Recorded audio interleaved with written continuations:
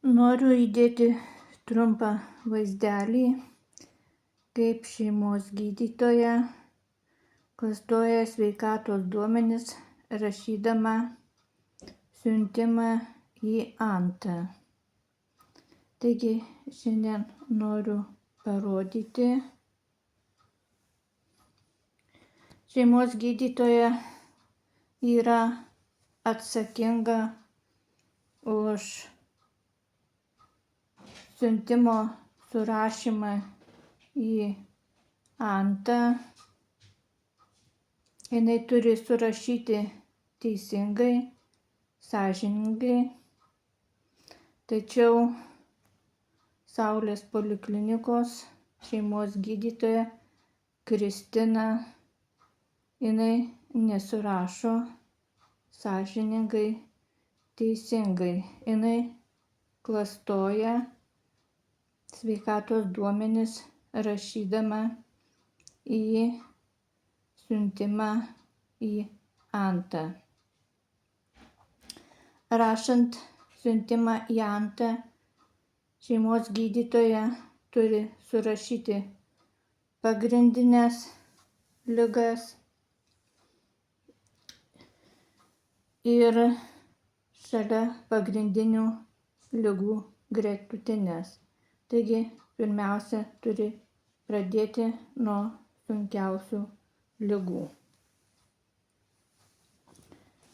ir išskirti. Tačiau šeimos gydytoja Kristina nerašo taip. Jinai tiesiog, galiu parodyti, jin tiesiog surašo ligas, neįskiria, kuri pagrindinė, ir prie pagrindinės nesurašo gretutinių ligų ir neaprašo. O kai aš paklausiau, kodėl šeimos gydytoja nesurašo pagrindinių, neįskiria ir prie pagrindinių ligų nesurašo gretutinių ligų, tai šeimos gydytoja sako, kad jai neleidžia sveikatos sistema. Saulės poliklinikos šeimos gydytojai sveikatos sistema neleidžia surašyti pagrindinių ligų ir prie pagrindinių ligų gretutinių ligų. Tai yra didžiulis melas, žiaurus melas. Šeimos gydytoja meluoja ir taip meluodama klastoja dokumentus sveikatos, rašydama siuntimą į Antą. O taip jinai daro todėl, kad nebūtų vertintos ligos. O jeigu nevertinamos ligos, tai reiškia žmogus sveikas. Taigi ši šeimos gydytoja yra labai žiauri. Jinai ir meluoja, sakydama, kad jai neleidžia surašyti pagrindinių ligų į siuntimą sveikatos sistemą, ir melo būdu klastoja sveikatos duomenis. Taigi apie šią gydytoją negalima tylėti. Reikia ją viešinti. Ne tik YouTube, bet manau, reikia siųsti vaizdelius ir į žinias, taip pat į portalus, kad šią šeimos gydytoją viešintų, įrodytų, kaip jinai klastoja sveikatos duomenis, rašydama siuntimą į Antą. nes jeigu šios gydytojos neviešins niekas, nei žinios, nei portalai nerašys, tai jinai ir toliau taip elgsis. Nes galima pasakyti, kad jinai ir toliau taip elgiasi. Po šio nesąžiningo siuntimo aš, kai atsiėmiau sprendimą, tai man ta, kuri atidavė sprendimą, pasakė: taigi šeimos gydytoja jum surašė taip, kad jūs nieko negautumėt. Nes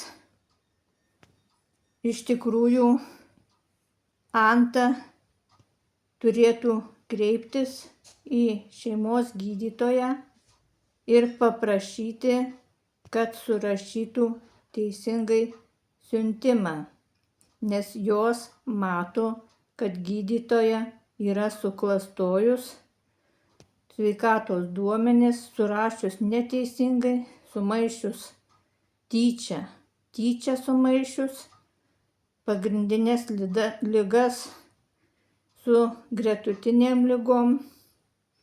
Jinai prirašius net ligų, kurios nėra tyrime, būtent tokios: lėtinis nenumalšomas skausmas, pas mane jokiam tyrime nėra. Kiti nepatikslinti eisenos ir judėjimo sutrikimai.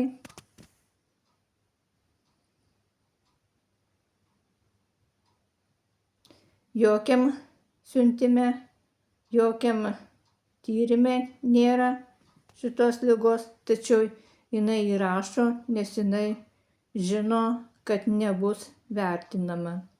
Taigi gydytoja dar prirašo išgalvotų ligų, kad tik nebūtų vertinimos. Taigi greitai įdėsiu kitą vaizdelį, nes turiu kitą siuntimą.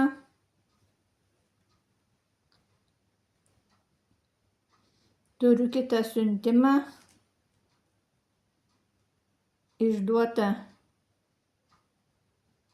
rugsėjo 29, tačiau aš į Antą neisiu. Paviešinsiu ir tą siuntimą, nes tas siuntimas beveik nieko nesiskiria nuo šito siuntimo. Parodysiu viskas taip pat surašyta ir tos ligos sumaišytos su tom gretutinėm ligom, sumakalata, tiesiog, kad nebūtų vertintos. Taigi viešinsiu ir antrą siuntimą ir bandysiu 2 siuntimus surinkus siųsti, parodyti akreditavimo tarnybai, socialinės apsaugos ministerijai, kaip šeimos gydytoja Kristina klastoja sveikatos duomenis, rašydama į Antą siuntimą, ir kaip jinai meluoja, kad jai neleidžia teisingai surašyti e-sveikatos sistemą.